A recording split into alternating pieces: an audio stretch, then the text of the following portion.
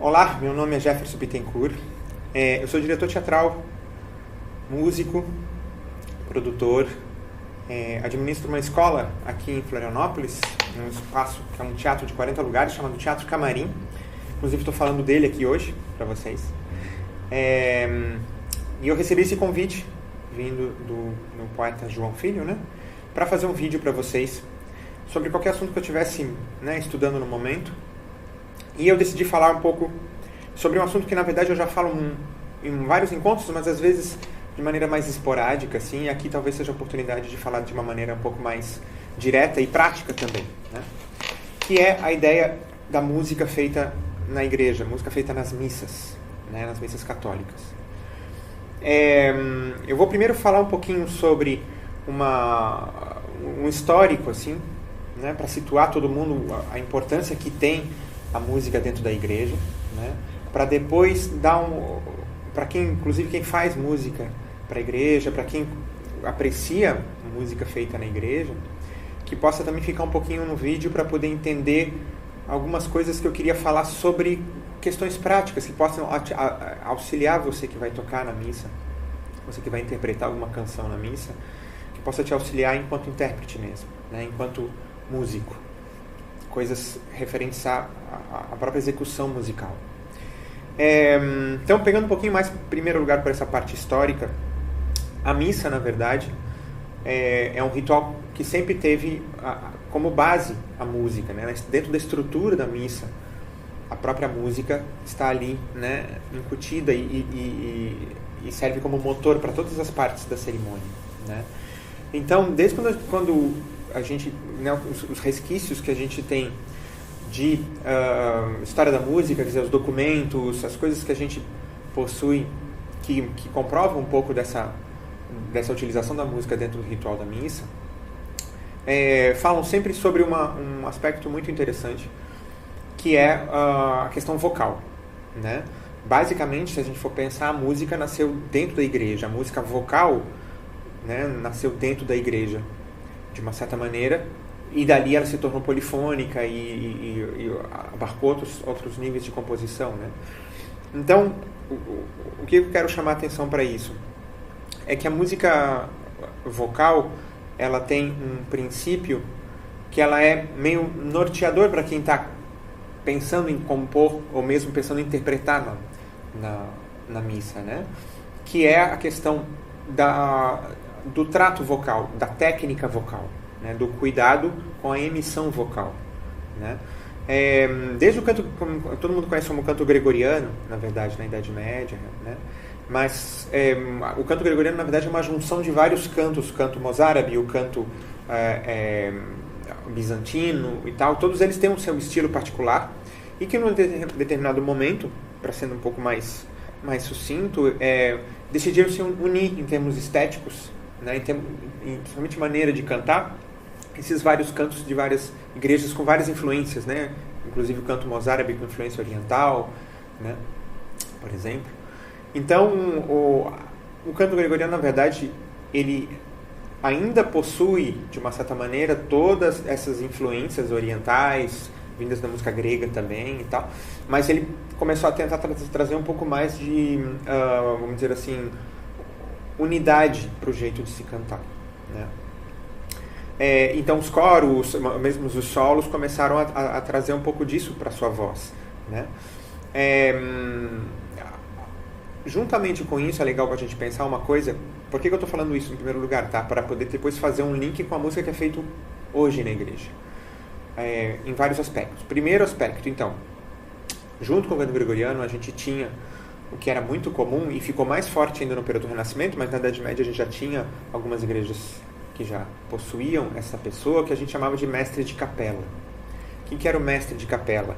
O mestre de capela era o cara que era o músico contratado pela igreja para cuidar de toda a sonoridade da igreja.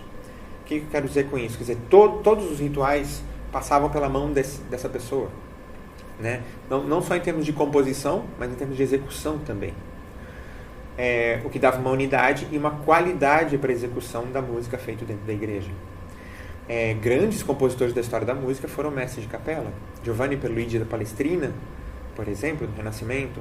Johann Sebastian Bach foi mestre de capela, né? Mozart cuidava da música de algumas igrejas também. William Byrd, enfim, vários compositores que, de uma certa maneira, tinham essa responsabilidade, eles eram contratados pela igreja para cuidar disso.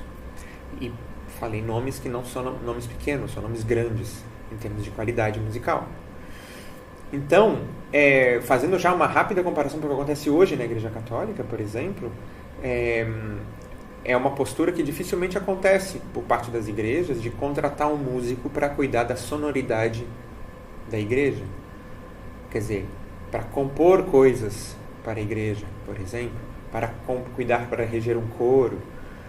Dá para contar nos dedos as igrejas que eu conheço que contratam, né, uma pessoa para ser responsável por isso. Geralmente, e a gente sabe, os músicos vão por uma atitude mais... são convidados a tocar nas igrejas por serviço, né? Por serviço a Deus, por serviço à sua fé e serviço à própria igreja, né? Então, é uma atitude mais beneficente do ponto de vista dos músicos. Isso é nobre? É nobre do ponto de vista musical, né? Desses artistas que estão indo tocar e tal.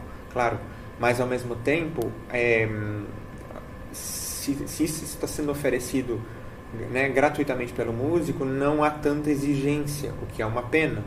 Não só por parte do músico não há tanta exigência, quanto por parte da igreja, por parte dos próprios padres, né? Já que o cara está vindo de graça para tocar, né? Então, aí já vai uma pequena comparação para mostrar o quanto que a música hoje, de uma certa maneira, já não tem tanta importância, enquanto ela decaiu. Isso é um primeiro aspecto. Junto com a ideia do mestre de capela, você tinha não só a possibilidade de ter alguém para compor as músicas, você tinha composições originais para as músicas, né, que as pessoas iam ver na hora da missa, ouvir, mas você tinha uma outra coisa que era o seguinte, não necessariamente todas as músicas compostas pelo compositor eram para a plateia cantar junto, né? Havia uma necessidade de que as músicas tivessem essa preocupação de que o público cantasse junto. Por que eu chamo a atenção para isso? Um dos aspectos mais fortes que a música é capaz de trazer para dentro, né, de um ofício e que, vamos dizer assim, traz a possibilidade das pessoas poderem elevar o seu espírito, quer dizer, sair do seu plano perceptivo material, é a possibilidade que a música tem da introspecção. E é um exercício em que faz parte do ritual da missa você exercitar a introspecção, né? Você olhar para dentro de você mesmo. E olhar para dentro de você mesmo, de uma certa maneira, está relacionado à ideia de você ouvir a si mesmo, né? Então, a música tem essa possibilidade justamente de você fazer com que, através de uma sonoridade, através de uma melodia, através de um jeito em que é interpretada uma canção, você olhar para dentro de você mesmo. Então, necessariamente, quando você canta, geralmente é um ato para fora, é um ato, né, de dentro para fora. Quando você ouve somente, você tem um ato um pouco contrário, de fora para dentro. Você está ouvindo algo e se alimentando com aquilo, né, e ouvindo com todos os seus ouvidos internos aquilo que você está apreciando na missa, né? Escutando uma música que seja executada. Então, se você for pensar, de uma certa maneira, é uma prática que a gente poderia voltar hoje, que é ter um misto dessas duas coisas. Tem momentos em que o público canta, mas tem momentos em que o público pudesse exercitar somente ouvir. Isso é muito importante porque traz algo para a missa, que é algo que eu vejo que anda muito em falta, e que é um erro, na verdade, de percepção, não só de quem faz as músicas, mas dos próprios padres também, que é a possibilidade de fazer as pessoas exercitarem a introspecção, exercitarem o silêncio interno. Nossa vida tem muito som, né? Tem muita bagunça sonora nas ruas, televisão, internet, som o tempo todo. Esse seria o momento de você zerar esses sons, de você, né, amainar, acalmar todos esses sons, e você tem a música. Então, que tipo de música poderia fazer esse tipo de exercício, né, para com a plateia? E eu vejo claramente que há ainda uma necessidade muito grande, do ponto de vista dos músicos que tocam hoje, de trazer para o externo, quer dizer, trazer para fora, trazer essa sensação sempre para fora, né? E você perde a piedade, você perde a inflexão para a introspecção, né? Acredito que muitos músicos, mestres de capela, né, principalmente Renascimento, Barroco, Clássico, enfim, esses séculos que eu estou comentando aí, que mais ou menos aí entre século XIII até século XVIII, mais ou menos, século XIX também poderíamos incluir, esses músicos tinham muita consciência disso, os compositores tinham muita consciência disso. Tanto é que eles compunham música que às vezes eram hinos para as pessoas cantarem, e também compunham coisas polifônicas, quer dizer, era para grupos especializados poderem cantar aquilo e as pessoas simplesmente escutarem durante a missa, né? Isso é um exercício que é muito importante todo músico fazer. Não estou fazendo para você, não estou dizendo aqui para que você faça música sempre em latim, música estrangeira. Não, não é isso. A ideia, você pode continuar cantando em português, você pode fazer toda a missa em português, não há problema nenhum, mas que você possa trazer na própria música que você executa esse sentido maior de introspecção, né? E eu vou dar uns exemplos sobre isso, tá? Eu não vou falar aqui só, né? Porque como eu sou músico também, toco também, eu sei exatamente, a questão é didática, a questão é você achar lugares para que você possa chegar nesse ponto e auxiliar as pessoas a cantarem, por exemplo, na missa com você, e ao mesmo tempo dar um recado para o público naquele momento, que dizer assim, ó, essa música é para você ouvir, não precisa cantar. As pessoas não têm mais esse exercício, e é uma pena, elas deveriam ouvir mais e ficar mais em silêncio, né, de uma certa maneira, para poder entender inclusive música, entender o que a música transforma dentro delas, né? Então, pense o seguinte, se a gente tem os mestres de capela que cuidam e são grandes compositores, né? Então, o melhor da música era oferecido para Deus. Os melhores compositores estavam ligados à igreja. Os compositores de mais alto gabarito, mais alto nível musical, de qualidade de escrita, de qualidade sonora, estavam compondo para a igreja. Pense nisso hoje. Os melhores compositores estão na igreja. Os melhores compositores, os melhores cantores estão cantando nos rituais, nas missas. Quer dizer, as melhores coisas estão sendo oferecidas para Deus, que é quem merece o melhor. Então, de uma certa maneira, a gente vê que tem um grande perigo aí, que a gente confundir a ideia de simplicidade com a ideia de má qualidade, né? É muito possível você fazer uma música que seja simples, né, na sua composição, na sua estrutura, mas que seja executada de uma maneira bela, bem executada, e traga todos, e possa trazer, né, os afetos apropriados para determinado momento do ritual, né? Então isso envolve várias coisas.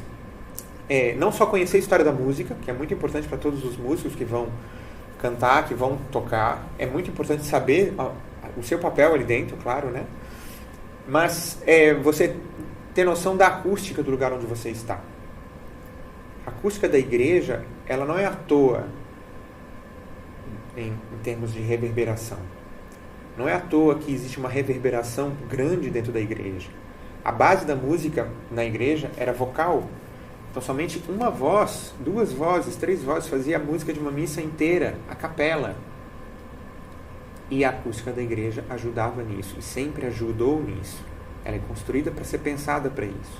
Então quando você coloca vários instrumentos cuja sonoridade é muito mais forte do que a própria acústica da igreja, quer dizer, onde aquilo vai ser amplificado e vai tornar tudo muito forte, óbvio que quem sofre em primeiro lugar é a plateia. Eles não falam, mas eles sofrem. Eu aposto. Mesmo seus amigos que gostam de ver você tocando na missa e que você está com a guitarra e está com a bateria lá, a 1000, a 1.000.000, eles podem até não te falar nada, mas aquilo é muito forte. Aquilo ultrapassa a construção, a possibilidade de construção de uma sonoridade dentro de uma igreja que tem uma acústica apropriada para um determinado afeto musical, né? Então, esse é um ponto que é muito importante, que eu vou voltar um pouquinho depois, na segunda parte. Voltando à história dos mestres de capela, as composições feitas propriamente para os rituais, não necessariamente eram composições simples. Elas tinham, e vão vir composições complexas também, polifônicas, onde tinha um coro que cantava, ou mesmo alguns instrumentistas, né, que tocavam algumas partes e tal. Mas você tinha composições de Johann Sebastian Bach, por exemplo, né, para ser executadas dentro, e depois até viraram músicas de concerto, que foram para os teatros, inclusive.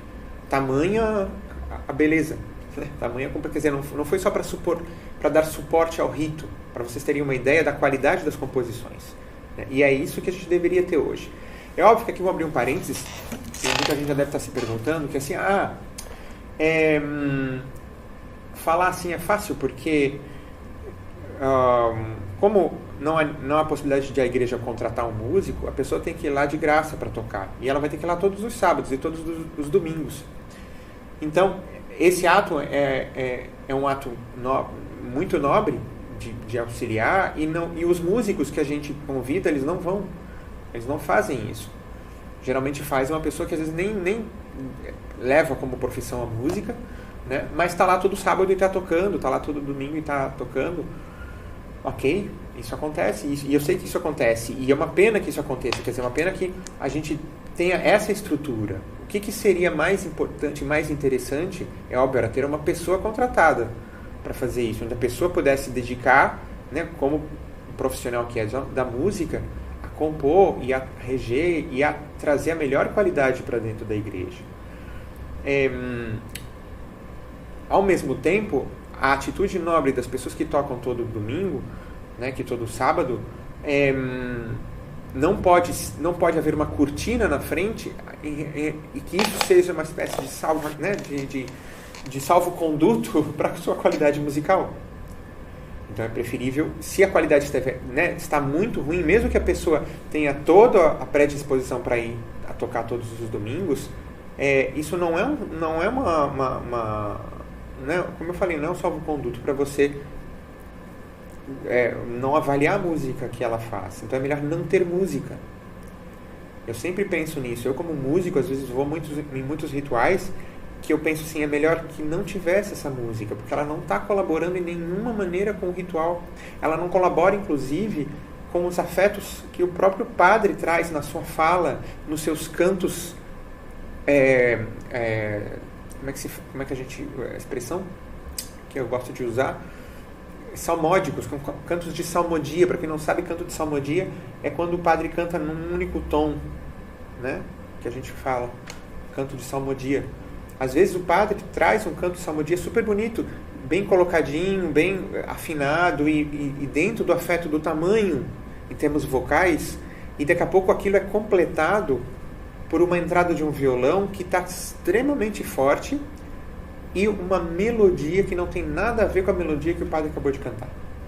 Entendem o que eu quero dizer? Assim, a gente está numa bagunça musical, uma bagunça sonora extremamente séria, assim. Mas tudo isso em função de um ato beneficente. E muitas pessoas, às vezes, não... E eu entendo os padres, de uma certa maneira, de não cobrarem isso, porque eles precisam de alguém para tocar, mas, ao mesmo tempo, eles não podem diminuir a qualidade da música dos seus ofícios em função de um ato beneficente de uma pessoa. Porque Deus merece sempre o melhor. Isso que eu sempre pensei, na verdade, né? Nas coisas que eu já vi, que eu já estudei, na história da música é muito claro isso, assim. As músicas feitas dentro da igreja sempre eram as de referência, né? Então, é óbvio, isso eu falei recentemente numa entrevista na Rádio Maria, até falo para vocês irem sintonizar e ouvir. Muita gente poderia até se converter para o catolicismo se a música fosse melhor. Eu conheço várias pessoas que têm uma sensação muito boa no templo, na igreja, na hora que entram na igreja, mas saem correndo na hora que começa a música. É muito importante, muito sério a gente pensar nisso. Várias pessoas que gostam, inclusive, de música sacra, mas elas vão para a referência da música sacra, elas vão para a música antiga, que a gente chama, né, que é a Idade Média, Renascimento e Barroco, elas vão ouvir coisas dessa época como referência de música sacra, né? Então, eu acho que tem várias confusões nesse sentido, e eu acho que uma das primeiras coisas que deve se chamar a atenção e que a gente deve tentar melhorar e, enfim, ver que solução trazer para isso é assim: o músico que está tocando, que ele possa fazer aula de música. Se ele não puder ser contratado, se seja um músico profissional contratado pela igreja para compor e para tocar, que tem uma relação com o rito, com a própria musicalidade da missa, que ele possa fazer aula. Então, que a própria igreja também se preocupe de uma certa maneira, e o próprio músico em conjunto, né, a ir fazer aula com pessoas que possam lhe auxiliar a trazer a melhor qualidade para dentro da igreja, né? Segundo lugar, a própria igreja contratar músicos. Eu digo no plural, né? Mas assim, eu já sei que é difícil no singular.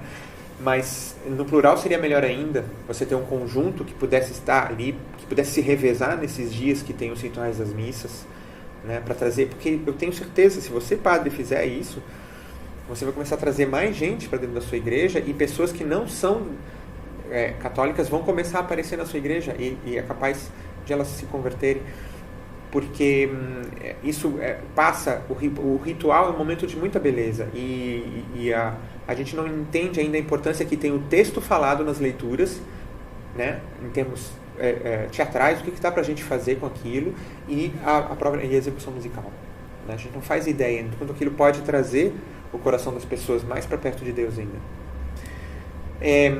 A outra coisa é que os próprios músicos sejam abertos também a esse tipo de diálogo. Eu já tentei conversar com vários músicos que tocam em igrejas e de uma certa maneira, a maioria deles são muito fechados para essa possibilidade de repensar o seu jeito de fazer a música, repensar o repertório, repensar o seu jeito de tocar, repensar no sentido de estudar, de achar outras referências, modificar certas coisas, né? Então, outros estilos também, as igrejas pensarem em outros estilos. Uma missa em que, em determinado dia, sei lá, tem missas, sei lá, 3 vezes por semana, estou imaginando aqui, né? Uma na quinta, sei lá, outra no sábado e no domingo. Na quinta-feira, a missa é violão e voz. No sábado, é só canto gregoriano, por exemplo. E no domingo, tem teclado, uma voz e uma flauta, por exemplo. Isso já traz muito mais possibilidades de ter pessoas diferentes, inclusive, que se agradam, que possam vir pela sonoridade das músicas também. E que, né, por mais que vão no ritual todas as semanas, elas podem escolher o dia e ter a preferência do dia. Eu faço isso muitas vezes. Às vezes eu não escolho determinado dia porque eu sei que vai estar tocando determinado fulano lá que musicalmente não me traz, atrapalha, musicalmente atrapalha o ritual. Então, isso é um ponto muito importante que os músicos também precisam, de uma certa maneira, ter uma humildade, que é pensar assim, ó, será que eu não estou atrapalhando o ritual? Será que o ritual sem mim, como é que seria? Eu vou dar um exemplo, que uma vez eu fui numa missa, aqui em Florianópolis, e o músico não tinha ido, o músico tinha faltado, por um problema que eu não sei qual foi, e o padre teve que cantar durante toda a missa. As partes, né, algumas partes ele teve que cantar. O padre não tinha preparo nenhum para cantar, mesmo as coisas mais simples, assim. Ele tinha um problema muito grande de afinação, um problema vocal mesmo, assim, enfim, ele não tinha preparo nenhum, não tinha conhecimento nenhum das melodias. O que ele tentava cantar estava sempre muito desafinado, estava sempre muito sem referência e tal. Quando acabou a missa, ele mesmo falou que estava cansado vocalmente por ter cantado a missa toda, e nas palavras dele, ele comentou que ele falou que ele sentia falta daquele blém blém blém do fundo, que era o músico, que era o violão, né? Quando ele falou aquilo, a primeira coisa que eu pensei foi assim, esse blém, blém, blém, ele é uma coisa, a princípio me pareceu, né, quando o pai comentou, que é uma coisa que está preenchendo um buraco. Quer dizer, a necessidade de preencher com som algo que deveria ser silêncio, em primeiro lugar. Que deveria ser introspecção. Então, claramente, ele falou algo que, assim, eu senti falta de algo preenchendo os momentos de silêncio. Quando deveria ser o contrário. O violão deveria, na verdade, ali estar auxiliando os momentos de música e fazendo um contraste com os momentos de silêncio. Entende? Quer dizer, a gente é tão cheio de som todos os dias e chegar na própria igreja, ainda existe essa ideia de que também tem que ter som o tempo todo. Né? Então, e as pessoas perdem introspecção. Então, perde-se um dos valores, né, mais grandiosos do ser humano, que é você olhar para dentro de você mesmo. E aí fazer todo o seu exercício de piedade, de meditação. Né? Então, de uma certa maneira, eu acho, fechando um pouco essa primeira parte, eu vou falar um pouco da segunda parte de maneira mais prática, que é assim, você que é músico, procure pessoas. Eu mesmo estou super disposto. Né? Eu tenho uma escola aqui em Florianópolis, temos aulas aqui de música também, dou aula online também. Já dei aula para pessoas que tocam nas igrejas, em missas, e que o auxílio foi justamente nesse sentido, da pessoa melhorar o seu repertório, modificando o seu jeito de tocar o instrumento, prestando mais atenção em certas coisas, para trazer esses afetos mais introspectivos e trazer uma beleza maior para a missa como um todo. Parênteses, é muito importante uma coisa: quando você está fazendo música, não se trata de um show.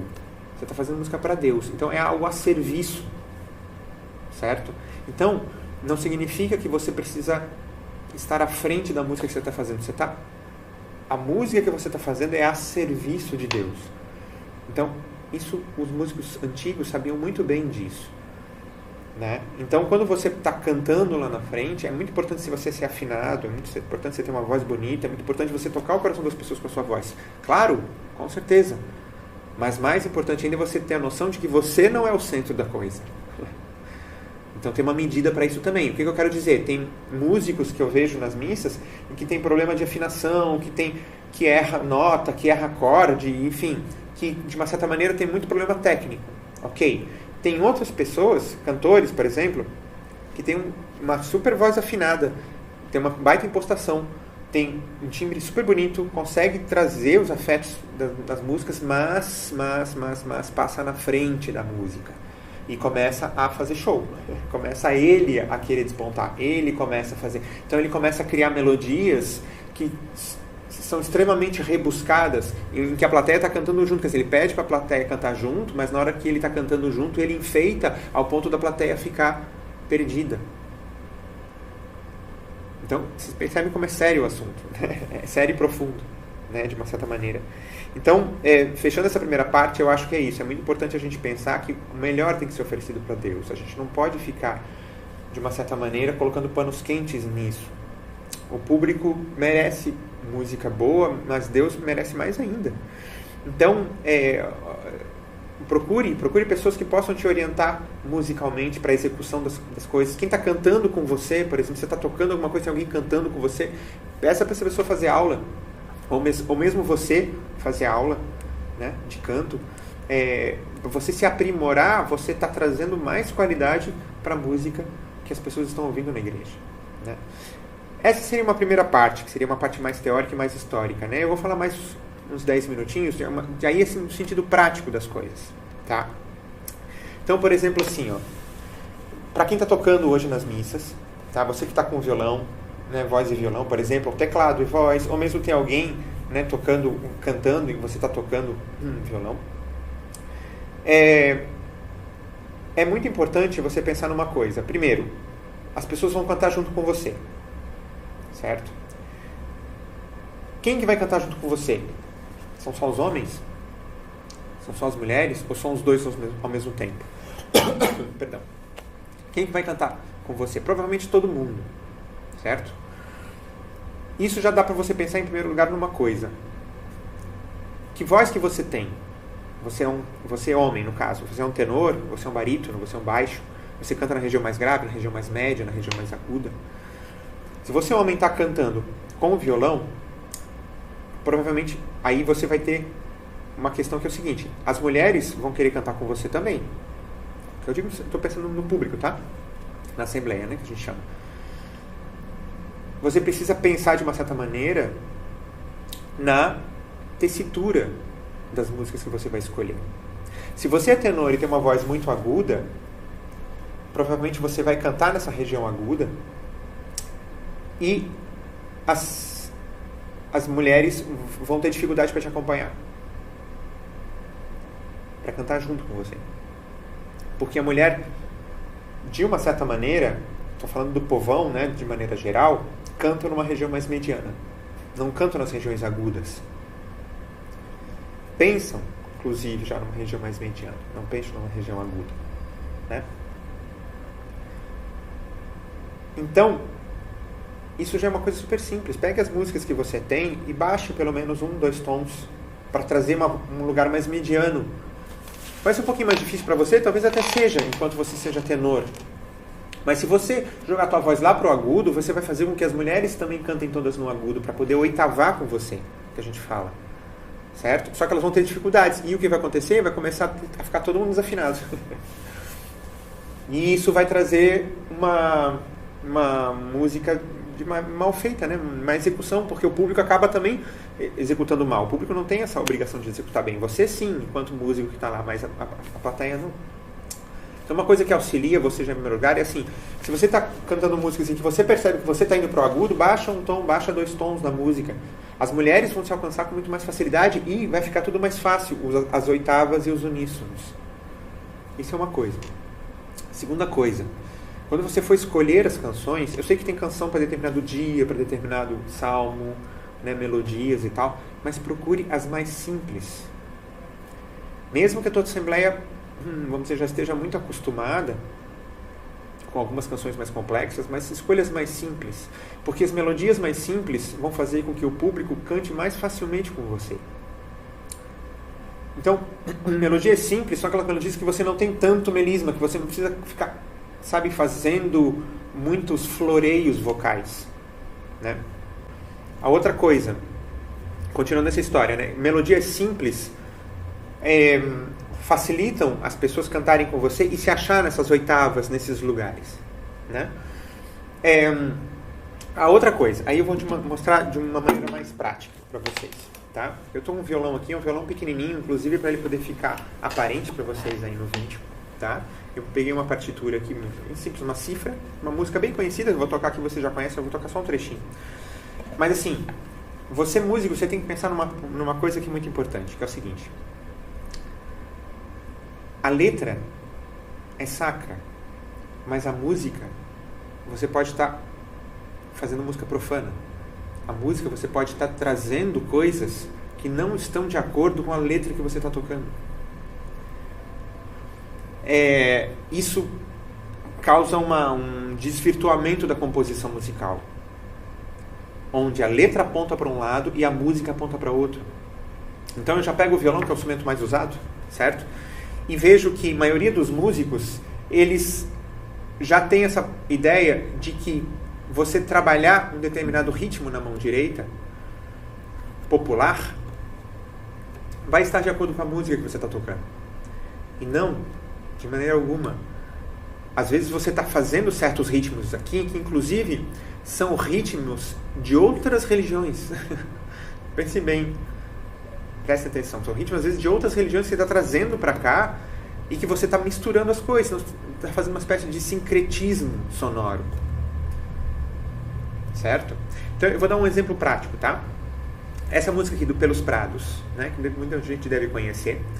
Então, naturalmente, quando você chega na igreja, já vai ser natural você escutar alguém cantando isso aqui assim. Pelos prados e campinas verdejantes eu vou, é o Senhor que me leva a descansar. ritmo é um ritmo agressivo para a música, se você for pensar. Porque ele agita o coração, ele agita a alma. E ele agita nesse sentido, mais profano do que sacro. Agora, se você pega essa mesma música, tá? E você pega os mesmos acordes, mas você muda o jeito de você tocar, olha os afetos que isso pode trazer. Dentro da própria música, dentro da própria composição.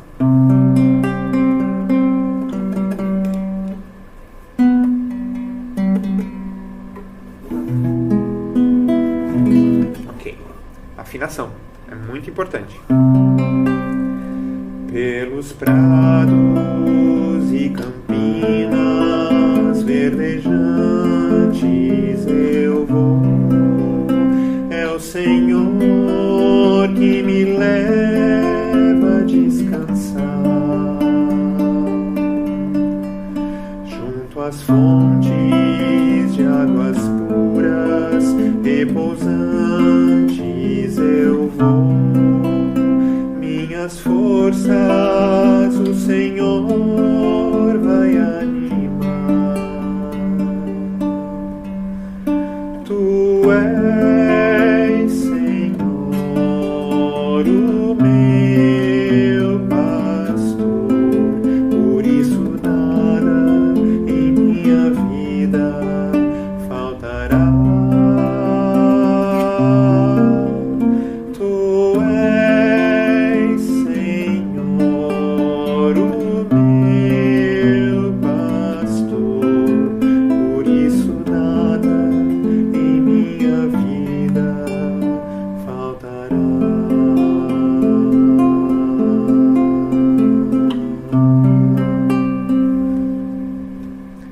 Poderia se fazer ainda de outras formas, mas é só para dar um exemplo de quanto que uma música ela pode crescer em qualidade se você faz com que a execução seja mais cuidadosa, né? Então, certos ritmos que às vezes se usa,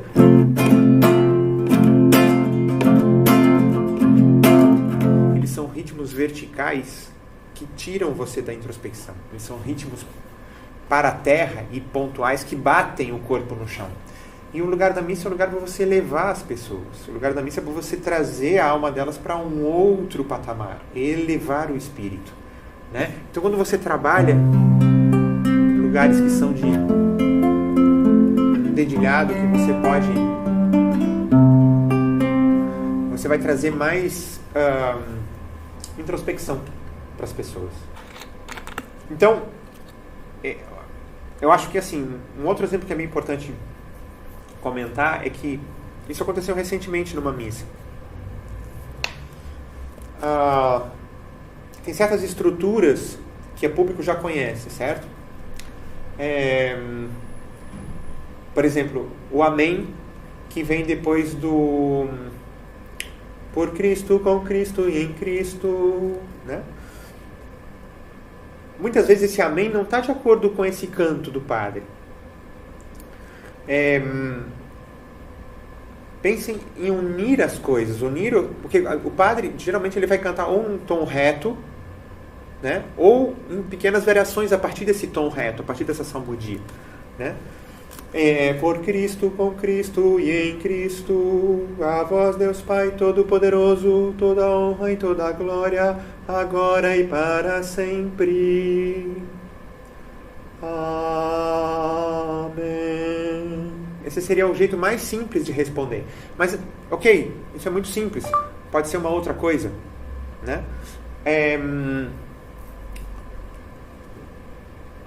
Teria que ser outra coisa, mas relacionado ao que o padre cantou, né?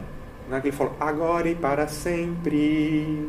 Ele já deixa, de uma certa maneira, um resquício de melodia para você completar, né? Então, quando as pessoas cantam Amém, Amém, Amém, é um dos mais apropriados, por exemplo. Já outros já não são tão apropriados, porque eles têm, isso que eu insisto, a gente precisa parar um pouco de trazer esse ritmo vertical para que as pessoas possam ter mais tempo de contemplação e ter uma sensação que a música sacra dá, que é de contemplação, que é de meditação. É 1 hora só o rito, né? Ele geralmente dura 1 hora a missa. Então é um tempo perfeito para a gente poder fazer o que as pessoas, nessa 1 hora, né, da vida dela, ela possa ter uma conexão com o transcendente através da música, né? Enfim, deixa eu tomar mais uma aguinha. É isso que eu queria falar. Agradeço a atenção de vocês. Meu nome é Jefferson Bittencourt, como eu falei no começo, sou diretor teatral, músico. Estou falando aqui direto de um teatro aqui de Florianópolis, o Teatro Camarim, que eu administro, que é um cineclube também. Quem quiser conhecer mais do meu trabalho, quem quiser entrar em contato comigo, até para falar sobre esses assuntos também, é só ir no meu Instagram, @jeff.director, Jeff com 2 Fs, .director, ou mesmo ir lá no @Teatro Camarim também, ou @Escola Camarim, que você vai achar a gente aqui em Florianópolis. Tá bom? Fiquem com Deus, um abraço e até!